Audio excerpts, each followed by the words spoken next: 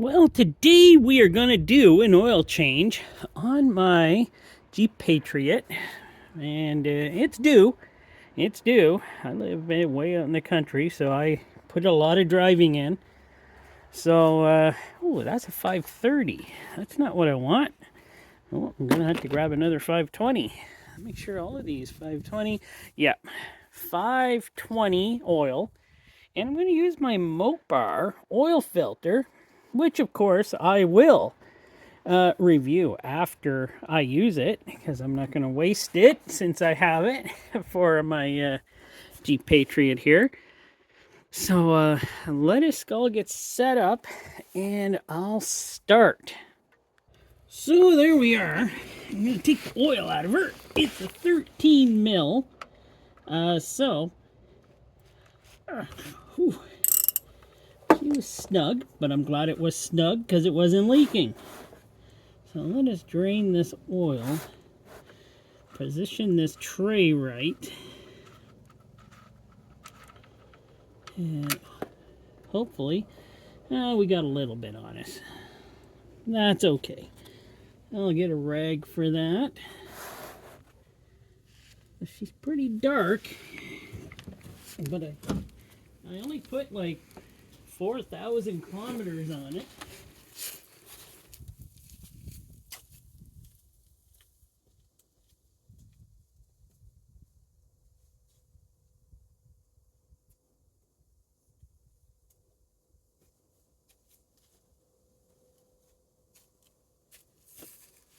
So, yeah, I only put like 4,000 kilometers on it, so I did not want to put too much on it, because I did take the valve cover off and the oil pan, and did work in there when I got it. So, okay, let's see here. Oh, this one's going to be a pain. Yeah, it's going to be a pain. I cannot get this one on. I have to get another. I'll have to go and grab my other oil wrench. The kind that I like using, these type, because then it doesn't crush the cup. But the other one will crush the cup probably a little bit. And I don't like to use the claw type, but that's what I have.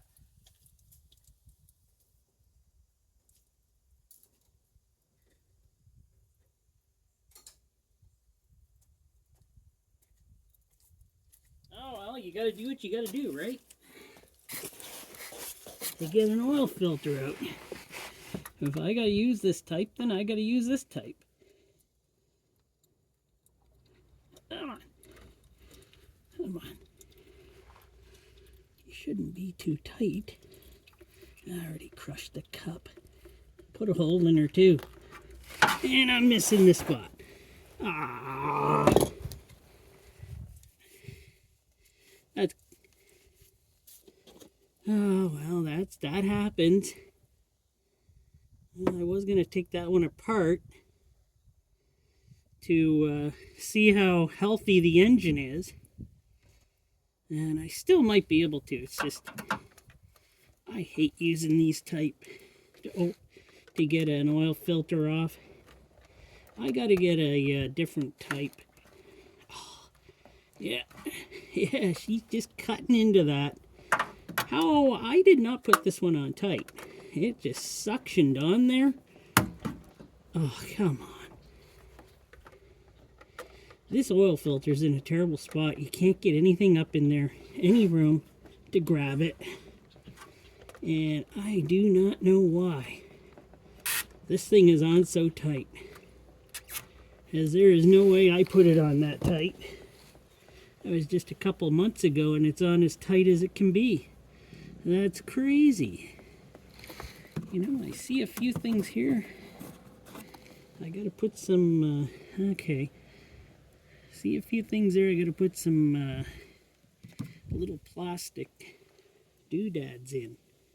I don't want to use Alright, there we go.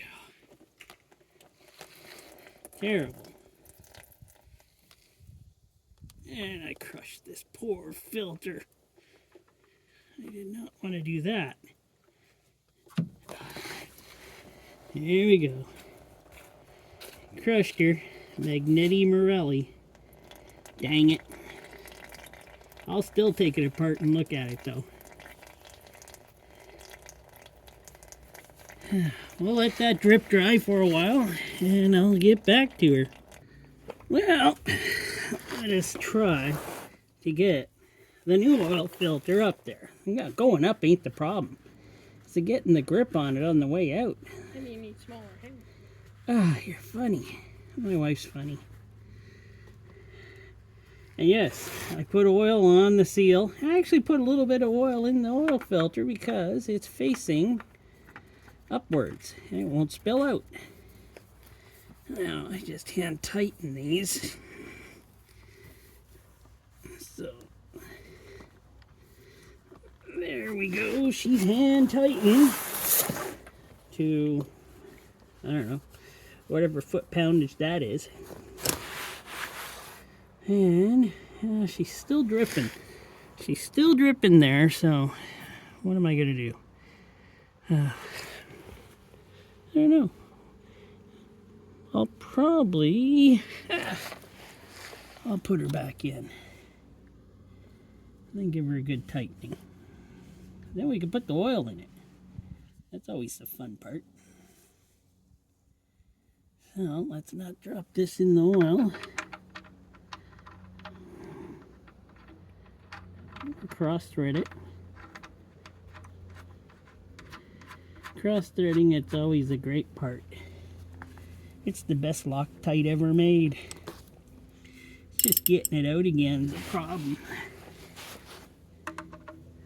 Alright. And by the way, this is 13 mil if I forgot to mention it. And click. There we go. She's torqued down to what she should be. And next, we're moving to the top side. I think. So, now it's time to put the oil in. But, by the way, the oil filter I did put in, Mopar oil filter, MO339, fits perfectly on this vehicle. I don't even think this Mopar filter was for this vehicle, but it's perfectly the same size of filter that should go on this vehicle. So I don't know why I couldn't get a Mopar filter for this if that is the filter that goes on this vehicle. That is kind of strange to me. But we're going to dump in some oil now. And without spilling it. And this is, by the way, 5W20 synthetic blend motor oil, not full synthetic, just synthetic blend.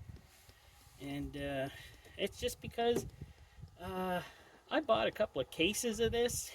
It was on sale for a crazy cheap price at this discount store. So I bought it. And darn right I'm going to use it. I usually like to run synthetics in my vehicles, but this time, this stuff works fine. I always love Penzoil oil. Stuff works great.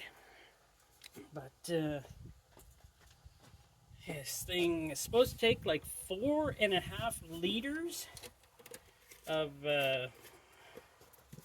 oil. We're close to 5 quarts. And what are these? These are in quarts.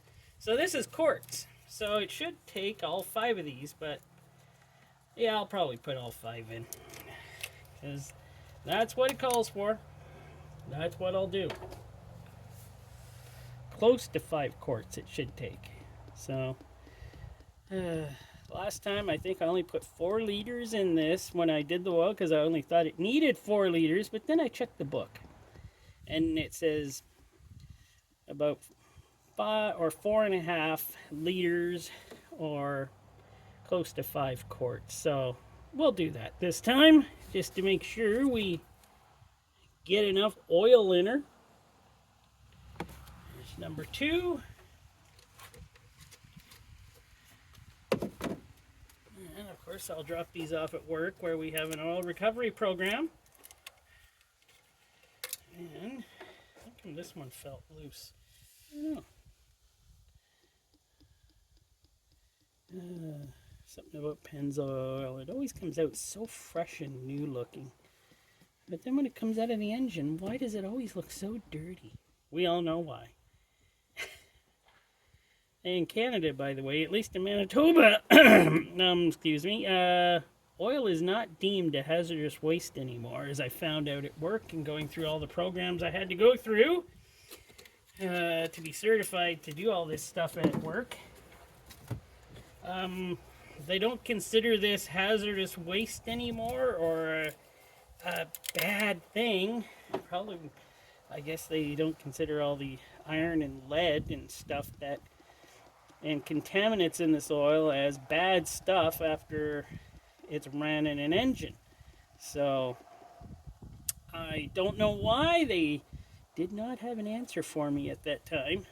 And all I know is that they deem it not to be hazardous, which is a very strange thing.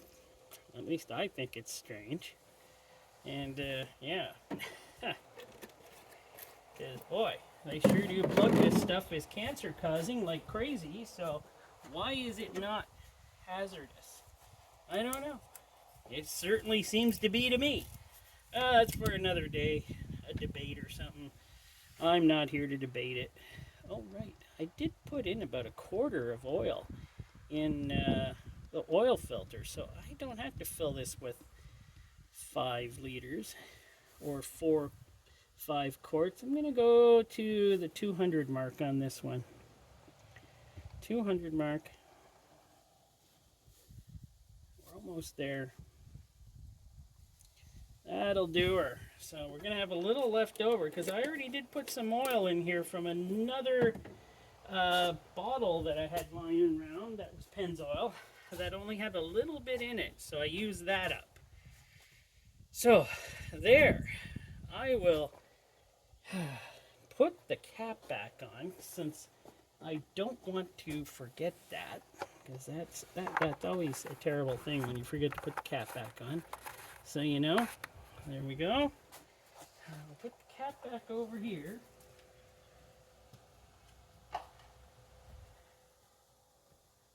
And well, I'll start her up, let her run, get her off the ramps, and then we'll check the oil after that. So let us check the oil, and I'm going to need 2 hands for this. There. Let us check the oil. She's got oil in her, I see that.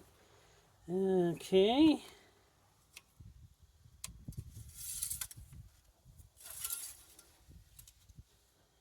And she is, could use that little amount that is still left in that container. So I'm going to drop the 200 more, in the container. 200 more milliliters in the container into the oil, and she should be excellent. So yeah, I'm shocked. I thought I had it right, but it takes directly the 5 plus the oil filter. So there we go. She's in, and that should do it for the oil change.